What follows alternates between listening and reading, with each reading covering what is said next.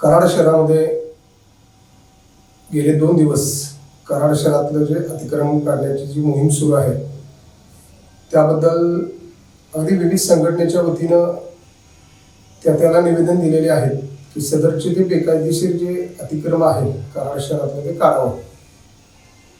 परंतु अतिक्रमण काढत असताना एकाला अंगाशी एकाला भोंगाशी धरणं हे बरोबर नाही, कारण धनदांडग्यांचे अतिक्रमण जैसे ते राहतात आणि कष्टकरी जो गरीब जो समाज आहे त्याचं जास्तीत जास्त भांडवल किती असते? एका गाड्याचं जास्त भांडवल म्हणलं तर 1 लाख रुपयाच्या आसपास असते।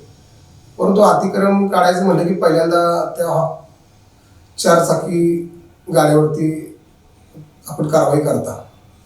परंतु मला या ठिकाणी असं आवर्जून सांगायचं आहे की तत्कालीनचे डांगे साहेब सीओ असताना त्याला सुद्धा एक अतिक्रमणची मोहीम खूप चांगल्या पद्धतीने झाली होती, पण गावाबरोबर किरडले जातात त्या पद्धतीनेच त्यावेळची अतिक्रमण मोहीम झाली होती। त्या अनुषंगाने मी भीमशक्ती सामाजिक संघटनेच्या वतीने त्याला पत्रव्यवहार करून मी आंदोलन केलं होतं की सदरचे धनदांडग्यांचे सुद्धा अतिक्रमण आपण अशाच पद्धतीने काढावे।